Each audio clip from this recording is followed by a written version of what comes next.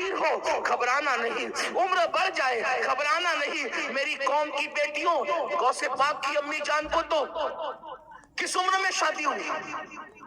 غوث پاک کی امی جان 60 سال کی عمر کے قریب پہنچتے پہنچتے ان کا نکاح ہوا۔ یہاں تو 30 سال کی عمر ہوتی ہے تو ماں باپ بھی گھبرا رہے ہیں، بیٹی بھی گھبرا رہی ہیں، محلے والے تانا دے رہے ہیں۔ یاد رکھنا، جو چیز قیمتی ہوتی ہے وہ دیر سے ملتی ہے، اس لیے دیر سے رشتے آنے پر یا دیر سے شادی ہونے پر کوئی غم کرنے کی ضرورت نہیں ہے۔ جلدی ہو گیا اللہ کا کرم ہے، تاخیر ہوگی اللہ کے احکام کا ایک وقت ہے۔ جب بھی وقت آ جاتا ہے تاخیر نہیں ہوتی، اس لیے قوم کی بیٹیاں کسی ظالم کا ہاتھ پکڑنے کی کوشش نہ کریں۔ اور آج کل تو سازش کے تحت مسلم بچیوں کے پیچھے ظالموں کو چھوڑا جا رہا ہے تاکہ وہ تمہاری آبرو سے کھیل کر کے تمہیں ہمیشہ کے لیے روتا بلکتا سسکتا چھوڑ دے۔ ایسے وقت میں آپ کو اپنی عزت کی حفاظت خود کرنی ہے۔ میری بہنوں، اگر کوئی دیانت داری کے ساتھ کسی سے عشق کرے، سچا عشق کرے، اسلام ایسے عشق کی اجازت نہیں دیتا، اس کو ناجائز قرار دیتا ہے۔ تو جو اس عشق سازش کے طور پہ کیا جا رہا ہے تاکہ تمہاری کوک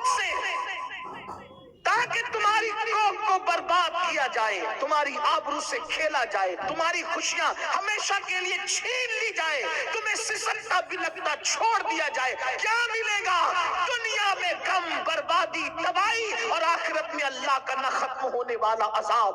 اس لیے یاد رکھنا اور اچھی طرح یاد رکھنا، اپنے مذہب کو کبھی نہ چھوڑنا، کسی ظالم کا ہاتھ کبھی نہ تھامنا۔ میری بہنوں، اگر کلمہ پڑھنے والا بھی عشق کرے تو اسلام اس کی اجازت نہیں دیتا۔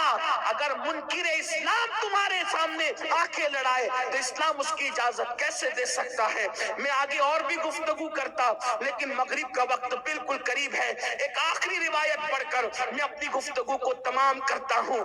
علامہ عثمان ابن حسن رحمت اللہ علیہ اپنی کتاب میں ایک واقعہ لکھتے ہیں، اس واقعے کو بیان کر کے میں اپنی بات پوری کرتا ہوں۔ دیکھو، غیرت عورت کا سب سے بڑا سرمایہ ہے، حیا عورت کا سب سے بڑا سرمایہ ہے۔ میں اپنی بہنوں سے گزارش کرتا ہوں، کبھی زندگی پر ایسا موڑ آ جائے کہ معاذ اللہ کوئی آپ کو یہ کہے کہ اپنے ماں باپ کو چھوڑ اور میرے ساتھ چل، میں آپ کو ایک بات کہنا چاہتا ہوں، اگر بھاگ کر یا بھگا کر کوئی شادی کی جاتی ہے نا میری بہنوں، یہ ہم نے اپنے بڑوں سے سنا اور اتنی چھوٹی سی عمر میں بھی کئی تجربات ہو گئے۔ کیا جو لڑکی بھاگ کر شادی کرتی ہے آخری دم تک سسرال والے اس کو بحیثیت بہو کبھی قبول نہیں کرتے۔ 98% لڑکیوں کا یہ ہے، جب وہ شادی میں جاتی ہے تو ساری انگلیاں اس کی طرف اٹھتی ہے، دیکھ دیکھیے وہی ہے جو فلاں کی بیوی ہے نا، فلانی ہے، اس نے بھاگ کے شادی کی۔ کبھی اس کو عزت کے ساتھ ایکسپٹ نہیں کیا جاتا، اس کو جھگڑے میں تانے ملتے ہیں۔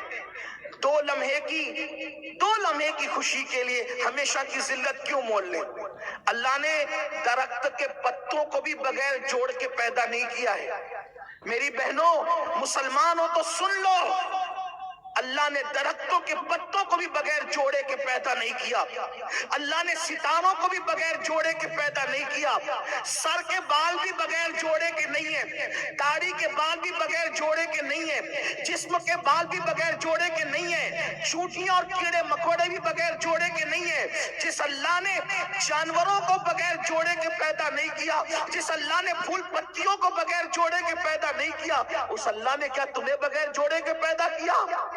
انتظار کرو اللہ کے فیصلے کا، وقت آنے کا انتظار کرو، شرافت کے ساتھ زندگی گزارو۔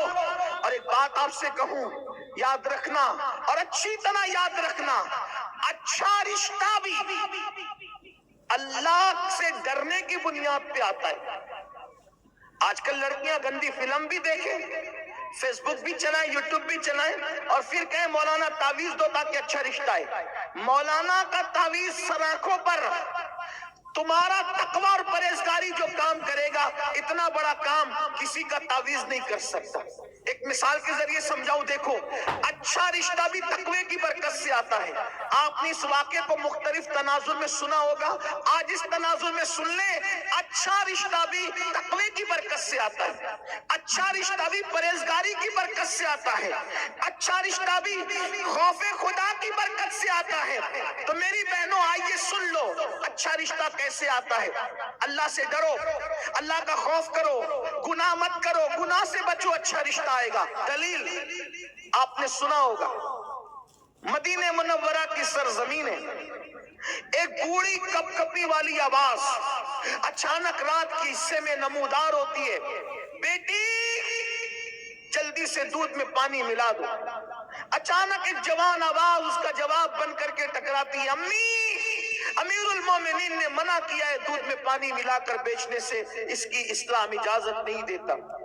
پھر بوڑھی کپ کپی آواز ٹکراتی ہے، بیٹی مسلمانوں کا امیر تو سو رہا ہوگا عمر ابن خطاب، وہ کہاں دیکھ رہا ہے.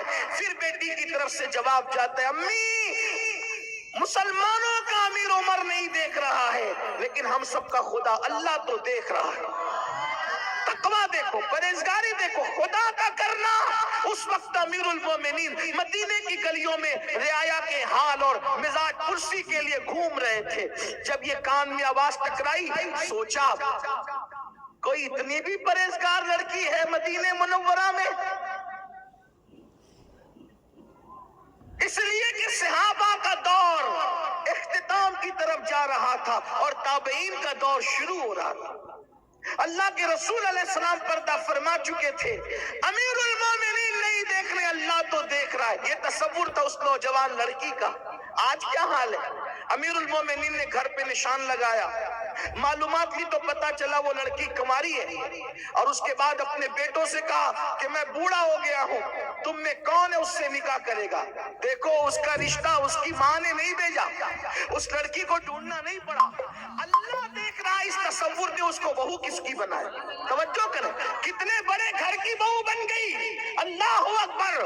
سینکڑوں مربع میل پر حکومت کرنے والے امیر المومنین فاروق اعظم کی بہو بننے کا شرف اس کو حاصل ہوا. بیٹوں سے کہا کون تم میں سے نکاح کرے گا. ایک بیٹے نے ذمہ داری لیا. پتہ ہے صرف وہ بہو نہیں بنی امیر المومنین کی، بلکہ اس خاتون کو قیامت تک یاد رکھا جائے گا. فاروق اعظم کی بہو بنی، اس سے بیٹی پیدا ہوئی، اور اس بیٹی سے جو بیٹا پیدا ہوا وہ پہلی صدی کا مجدد عمر ابن عبدالعزیز رضی اللہ تعالیٰ عنہ کی ساتھ.